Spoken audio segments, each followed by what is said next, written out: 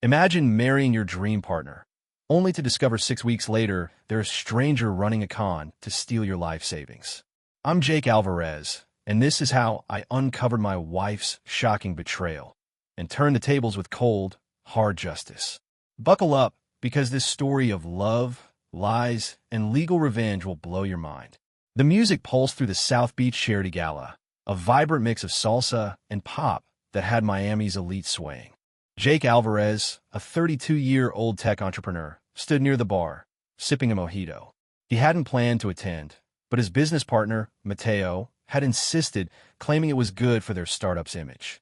Jake scanned the crowd, feeling out of place among the glittering donors, when a laugh cut through the noise, bright, infectious, like a spark in the humid night.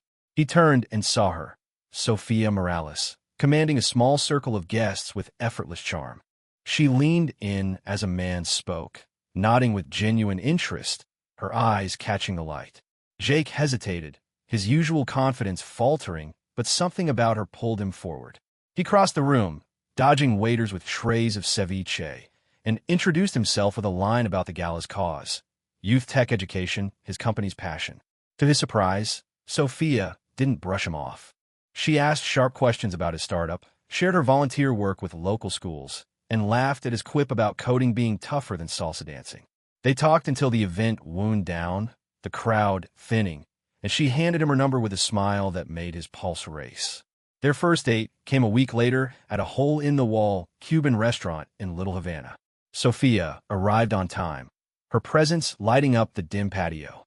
Over ropa vieja and plantains, they traded stories: her dream to travel to Havana, his awkward high school attempt at a tech startup. She teased him about his pineapple-on-pizza hatred, sealing their bond over shared disgust. 3 hours flew by, and when she grabbed his hand as they left, Jake felt like he'd won the lottery. The next few months were a whirlwind. Sophia surprised him at his downtown office with café con leche and handwritten notes that made him grin during investor calls. They spent weekends exploring Miami, kayaking in the Everglades, strolling through Wynwood's mural-covered streets, dancing at rooftop bars until dawn. Sophia's energy was contagious. She turned every outing into an adventure. When Jake's sister, Elena, met her at a family barbecue, she pulled him aside and whispered, "She's a keeper, Jake. Don't mess this up." Even his skeptical mother, Maria, softened when Sophia helped grill arepas and asked about her community garden. Sophia's affection felt like a lifeline. She'd slip her arm through his during walks along Ocean Drive, her warmth grounding him. During late-night talks on his balcony, she traced his palm, dreaming aloud about their future: a house in Coral Gables, maybe a dog named Luna. Jake, who'd built his company from nothing, felt invincible with her by his side. His best friend, Mateo, noticed the change. "You're glowing, man," he said over beers at a Coconut Grove bar. "She's the real deal." 6 months in, Jake knew she was the one. He proposed at Vizcaya Gardens, under a canopy of stars, the ring a simple diamond that cost him 3 months' profits. Sophia's eyes welled up as she said yes before he finished his speech, throwing her arms around him. They kissed, the scent of jasmine in the air, and Jake thought this was what forever felt like. The wedding was a spectacle at a Coconut Grove estate, with ocean views and a salsa band that kept the dance floor packed. Sophia glowed as she walked down the aisle, her family's wealth evident in the lavish decor. Jake's heart pounded as they exchanged vows, her hands steady in his. During their first dance, she whispered, "I can't wait for our life together, Jake," her voice thick with promise. Friends cheered, champagne flowed, a Miami skyline sparkled beyond the venue. The Bahamas' honeymoon was paradise: turquoise waters, private cabanas, and Sophia's laughter as they snorkeled. But something shifted on the flight home. Sophia stared out the window, silent, her hand slipping from his when he reached for it. At their new Coral Gables home, she excused herself to unpack, spending hours alone. That night, Jake tried to kiss her, but she turned away, citing jet lag. He brushed it off, blaming travel fatigue. Days turned into weeks, and Sophia's warmth vanished. She avoided his touch, pulling back when he tried to hold her hand during dinner. She spent evenings on her phone, claiming work emails, her fingers flying across the screen. When Jake suggested a movie night, she'd leave halfway through, muttering about needing to call a friend. Her absences grew, hours away with vague excuses like errands or lunch plans. Once, she left at noon and returned at 9 p.m. with a single grocery bag and a story about traffic that didn't add up. Jake tried to bridge the gap. He booked a romantic dinner at a rooftop restaurant in Brickell, but Sophia picked at her food, distracted. A weekend getaway to Key West? She canceled, claiming a headache. Her coldness stung worse than rejection. It was like he'd become invisible. One night, after she flinched when he brushed her arm, Jake's frustration boiled over. "Sophia, what's going on?" he asked, standing in their kitchen, the hum of the fridge filling the silence. "We're married. Why do you act like I'm a stranger?" Her eyes narrowed, voice sharp. "My body, my rules, Jake. You don't get to demand anything." The words hit like a slap, her tone laced with contempt. She stormed to the guest room, slamming the door. Jake stood frozen, the weight of her words sinking in. This wasn't the woman he'd married. Something was wrong, deeply, terrifyingly wrong. The next day, he called Matteo, meeting him at a dive bar in Hialeah. Over cold cervezas, Jake spilled everything: Sophia's distance, her guarded phone, her unexplained absences. Matteo leaned forward, his face grim. "Jake, this isn't normal. I've seen you two together. She was all over you before the wedding. Now, it's like she's playing a different game. You need to find out what she's hiding." His words planted a seed of doubt that grew into suspicion. Jake wasn't just hurt. He was starting to wonder if Sophia had ever been who she claimed. Jake Alvarez sat at his desk in his Miami office, the city skyline a blur through the window. His startup's latest app launch was days away, but his mind was elsewhere, on Sophia Morales, his wife of 2 months, who'd transformed from a loving partner into a ghost in their Coral Gables home. Her words from their last fight, "My body, my rules," echoed like a warning. Jake's gut churned with doubt. Was their marriage a mistake, or was something darker at play? He opened his laptop, scrolling through photos from their Bahamas honeymoon. Sophia's smile in those snapshots felt like a taunt now. She'd started disappearing for hours, claiming meetings with friends Jake had never met. Last week, she'd left for a supposed yoga class and returned at midnight with a flimsy excuse about a flat tire. Her phone, once shared freely during their dating days, was now a fortress, password protected, always angled away when she typed. Jake tried calling her during one absence, but it went straight to voicemail, a pattern that was becoming routine. Desperate for answers, Jake texted Matteo, his best friend since college. They met at a quiet taco stand in Wynwood, the air thick with the scent of grilled carne asada. Matteo listened as Jake recounted Sophia's latest dodge, brushing off a planned dinner cruise with a vague, "I'm swamped." "Man, this isn't just a rough patch," Matteo said, setting down his beer. "She's hiding something.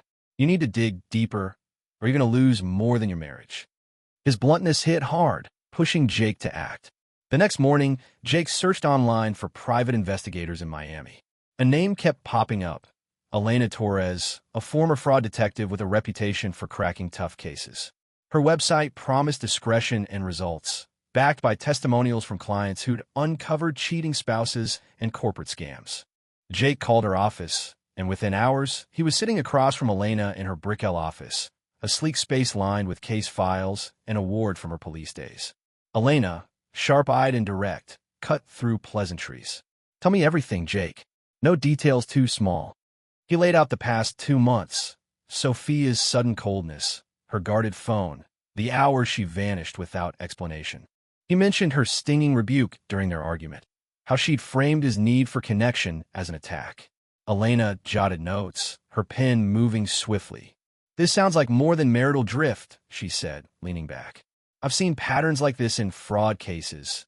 Charming partner, fast engagement, then a wall goes up. Let's find out who Sophia really is." Elena handed Jake a small voice-activated recorder, its weight solid in his palm. Colorado's one-party consent state, but Florida's stricter, she warned. "You can record in your home if you're part of the conversation, but don't plan it secretly. Keep it on you when you talk to Sophia. If she slips, we'll catch it." She outlined her plan, a deep dive into Sophia's background, financials, social media, past addresses, plus surveillance during her mysterious outings. "If she's running a game, she's not as clever as she thinks," Elena added. "Con artists get sloppy when they're confident." Jake signed her contract, wincing at the $600 daily rate, but knowing answers were worth it. Elena's final advice was firm: act normal. Don't let Sophia suspect you're onto her. Play the confused husband who's still hoping for a fix. If she smells trouble, she'll bolt. Jake nodded, his resolve hardening. He left her office feeling a flicker of control for the first time in weeks. Back home, Sophia was on the couch, scrolling her phone, her body angled away as Jake entered. He forced a casual tone, asking about her day. Busy, she muttered, not looking up. Had lunch with a friend in Coconut Grove. Jake's stomach twisted. She hadn't mentioned any lunch plans that morning. He slipped the recorder into his pocket, its presence a silent ally.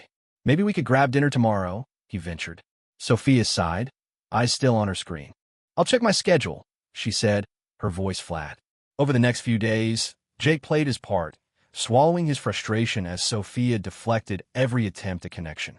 He suggested a salsa class, remembering their dating nights, but she claimed a sudden work project. Her absences grew bolder. One evening, she left at 6 p.m. for drinks with colleagues and didn't return until 2 a.m., offering no explanation beyond time got away. Jake recorded every vague response, his hope fading into suspicion. On day 5, Elena called. Jake, I've got something. Meet me tomorrow, 10 a.m. Her tone was urgent, sending a chill through him. That night, Sophia was in the guest room, her laughter floating through the closed door as she spoke on the phone. Jake activated the recorder, lingering nearby, but caught only fragments. Her voice low, mentioning plans and soon. His heart pounded. Was she plotting something, or was he paranoid? The next morning, Jake arrived at Elena's office, nerves tight. She spread documents across her desk. A Nevada marriage certificate, financial records, and grainy photos from a coffee shop in downtown Miami. Sophia Morales isn't who you think, Elena said, her voice steady. She's legally married to a guy named Carlos Rivera in Las Vegas. That marriage was never dissolved. Your wedding? Legally void. Jake's breath caught, the room tilting. Bigamy. His wife was a criminal. Elena pointed to the photos. Sophia sat close to a man in his 50s, their heads bent together, her posture animated. Nothing like the Ice Queen at home. That's Diego Vargas, Elena said. Known con artist, convicted once for romance scams. They've been meeting regularly. I'm still digging, but it looks like Sophia's playing you, Jake, hard. She played a brief audio clip from Sophia's call last night, caught by Jake's recorder. He's clueless, Diego. Just a few more weeks. The words sliced through him, betrayal turning to rage. Jake gripped the chair, his world unraveling. Sophia wasn't just distant. She was a fraud, targeting him from start. Elena's eyes softened, but her voice stayed firm. We need more evidence to nail her. Keep recording, act normal, and let me track her next moves. If she's working with Vargas, we'll catch them both. Jake nodded, his shock hardening into purpose. Sophia thought he was a naive mark. She was about to learn how wrong she was. Jake Alvarez gripped the steering wheel, navigating Miami's evening traffic, his mind racing faster than the cars on I-95. Elena Torres's revelation that his wife, Sophia Morales, was a bigamist tied to a con artist named Diego Vargas, burned in his chest. Her words from the recorded call, he's clueless, Diego. Just a few more weeks, played on a loop in his head. Jake wasn't clueless anymore. He was a man on a mission, determined to expose Sophia's lies before she could destroy him. At home, Sophia sat cross-legged on the living room floor, typing furiously on her laptop. Jake kept the voice-activated recorder in his pocket, its presence a quiet weapon. Long day? He asked, forcing a neutral tone. She glanced up, her expression guarded. Just catching up on some work, she said, shutting the laptop with a snap. Jake noted the lie. She'd never mentioned a job requiring late-night emails. He suggested a walk on the beach, hoping to draw her out, but she declined, claiming she needed to call her sister. The call lasted an hour, her voice muffled behind the guest room door. Elena's next update came 2 days later via a secure email. She tracked Sophia's financials, uncovering a hidden bank account with regular deposits from an offshore company linked to Diego Vargas. The sums were small but consistent, suggesting a steady drip of funds to keep Sophia's operation running. Elena also found a deleted social media profile under Sophia's maiden name, showing her at Las Vegas events with Carlos Rivera, her still legal husband. The photos, time-stamped 2 years ago, showed a cozy intimacy that made Jake's stomach lurch. Determined to build a stronger case, Jake followed Elena's advice to stay close to Sophia without raising suspicion. He invited her to a tech conference in downtown Miami, framing it as a chance to network for his startup. To his surprise, she agreed, but at the event, she spent most of her time texting, stepping outside for fresh air every half hour. Jake slipped the recorder into his jacket and trailed her at a distance, catching her in a heated phone call near the venue's entrance. "We're close, Diego," she whispered. "He's starting to push, but the prenup's solid. I'll file soon." Jake's blood ran cold. She was planning her exit. Elena arranged a sting of her own. She hired a surveillance team to tail Sophia during her next errand, a supposed trip to a South Beach boutique. Instead, Sophia drove to a nondescript diner in Hialeah, meeting Diego in a corner booth. Elena's team captured photos of them exchanging a USB drive, Sophia's hand lingering on Diego's as she passed it. Back at her office, Elena showed Jake the images. "This drive likely holds their playbook, target lists, financial data, maybe even fake IDs," she said. "We need to get it." Jake's next move was riskier. He accidentally bumped into Sophia's purse at home, knocking it off the counter. As he picked it up, he palmed the USB drive, replacing it with a blank one from his office. He handed it to Elena, who sent it to a tech specialist. The drive revealed a goldmine. Encrypted files listing 3 other men Sophia and Diego had targeted in the past 2 years, all wealthy, all conned into quick marriages and fleeced through settlements. Jake's name was there, too, with notes on his habits, income, and even his mother's name, details Sophia had weaponized to win his trust. The betrayal cut deeper when Elena uncovered a police report from Nevada. Carlos Rivera had accused Sophia of stealing $150,000 through forged documents before she vanished. The case stalled when she skipped town, but the similarities to Jake's situation were undeniable. "She's a pro," Elena said, her voice grim. "But she's not untouchable. We've got enough to prove fraud, but we need one more piece, her admitting intent." Jake doubled down, staging a vulnerable moment. Over dinner at their kitchen table, he sighed heavily, saying, "Sophia, I'm lost here. I just want us to work. What am I doing wrong?" Her eyes flickered with something like pity or calculation. "It's not you, Jake," she said, her tones softening. "I just need time to adjust. Marriage is overwhelming." The recorder caught every word, including her later call to Diego, where she scoffed. "He's eating out of my hand. We'll get the settlement by next month." Elena connected Jake with Camila Ruiz, a sharp family law attorney known for dismantling fraud cases. In Camila's sleek Miami office, she reviewed the evidence: Sophia's bigamous marriage, the USB drive, the audio clips. "This is textbook marriage fraud," Camila said, her fingers tapping the desk. "We'll file for annulment, but we'll bury her with the fraud charge in court. The prenup she pushed for? It's void if we prove she never intended to honor the marriage." She outlined a plan to let Sophia think she was winning, filing the annulment quietly while building a criminal case in parallel. Jake's final task was the hardest: keeping up the charade. Sophia grew bolder, hinting at moving on during a tense breakfast. "Maybe we rushed into this," she said, her voice laced with fake regret. "An annulment might be best for both of us." Jake nodded, playing the broken husband, while his pulse raced with anticipation. He texted Camila the details, locking in the court date. Sophia was walking into a trap, oblivious to the net closing around her. Every lie she told, every secret meeting with Diego, was another nail in her coffin. Jake wasn't just fighting for his freedom. He was fighting for justice, and he was ready to win. Jake Alvarez sat in his Coral Gables home, the morning sun slicing through the blinds, as Sophia Morales sipped coffee across the kitchen counter. Her casual mention of an annulment last night, "It's probably best for both of us," had been a calculated move, and Jake played along, nodding with feigned resignation.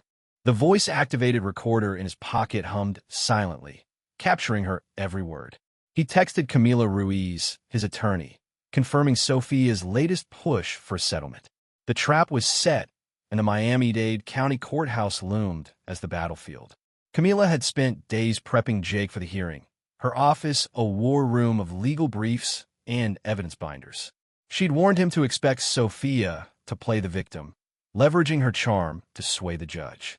"She'll try to paint you as controlling," Camila said, handing him a file with the USB drive's decrypted data, proof of Sophia's con with Diego Vargas.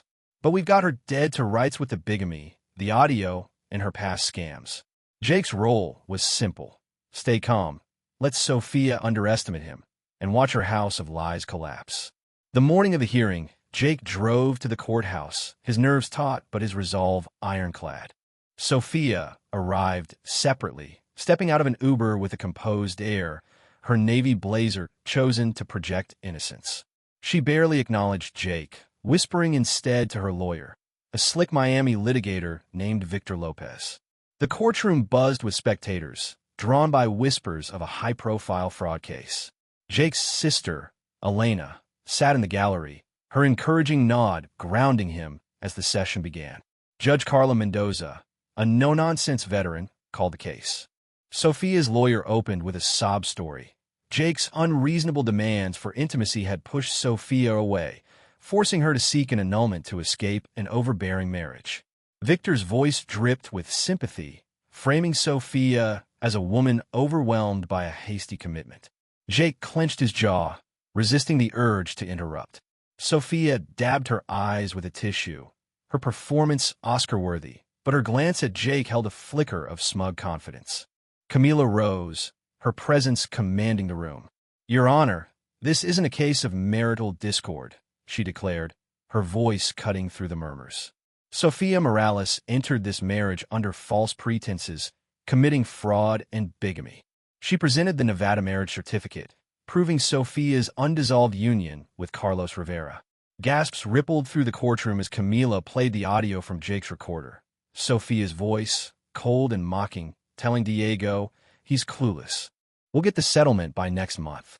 Sophia's composure cracked, her hands gripping the table. Camila didn't stop. She submitted surveillance photos of Sophia and Diego at the Hialeah diner, the USB drives data linking them to 3 prior scams, and the Nevada police report detailing Sophia's $150,000 theft from Rivera. Mrs. Morales married Mr. Alvarez with no intent to honor the marriage, Camila said, her tone unrelenting. She targeted him for his wealth, using a prenup she believed would secure her payout. Fraud voids that contract. Victor scrambled, objecting to the evidence's admissibility, but Judge Mendoza overruled him, her eyes narrowing at Sophia. Sophia's lawyer tried to pivot, claiming the audio was taken out of context and the Nevada marriage was an administrative oversight. Camila countered with a bombshell, a sworn affidavit from Carlos Rivera, contacted through Elena's team, confirming Sophia's deliberate abandonment after draining his accounts. The judge's face hardened as Camila concluded, "This was a calculated con, Your Honor. We seek an annulment and referral for criminal charges." The courtroom fell silent, the weight of the evidence suffocating Sophia's defense. She whispered frantically to Victor, who shook his head, clearly blindsided.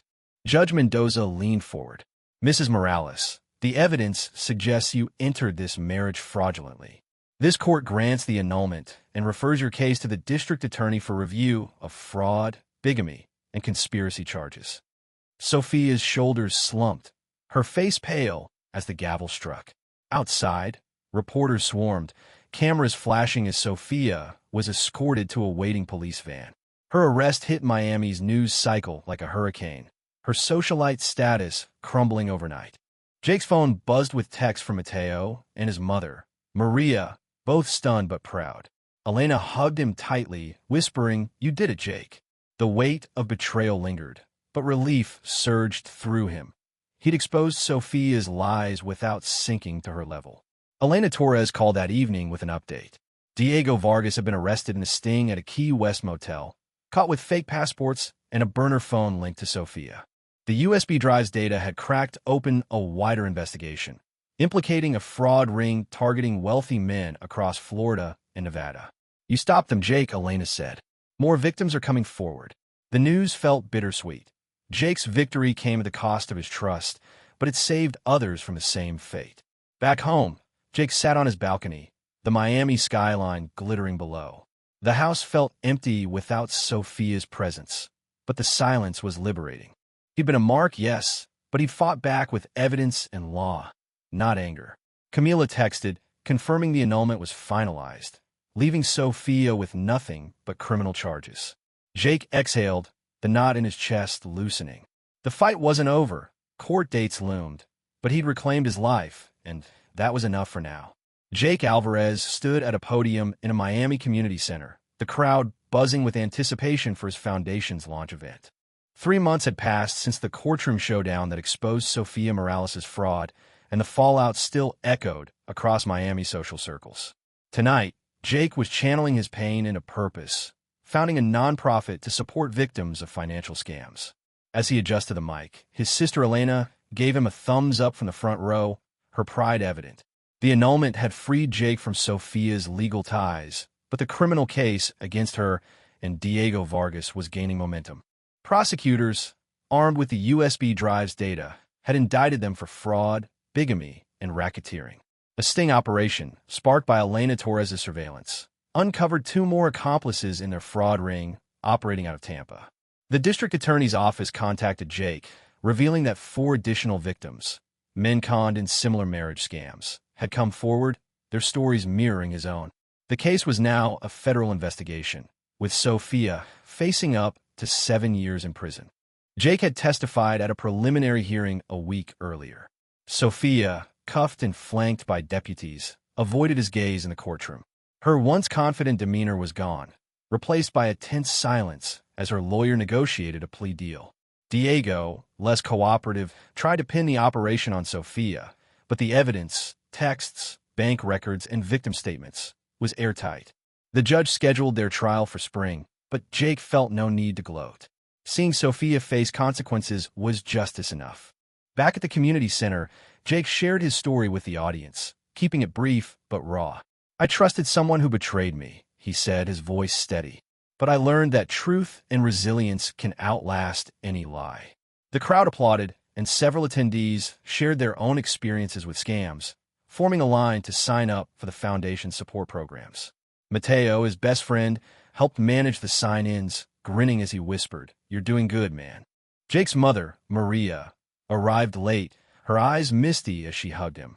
"I knew you'd turn this into something meaningful," she said. The foundation's first initiative was a free workshop series on spotting fraud, led by Elena Torres.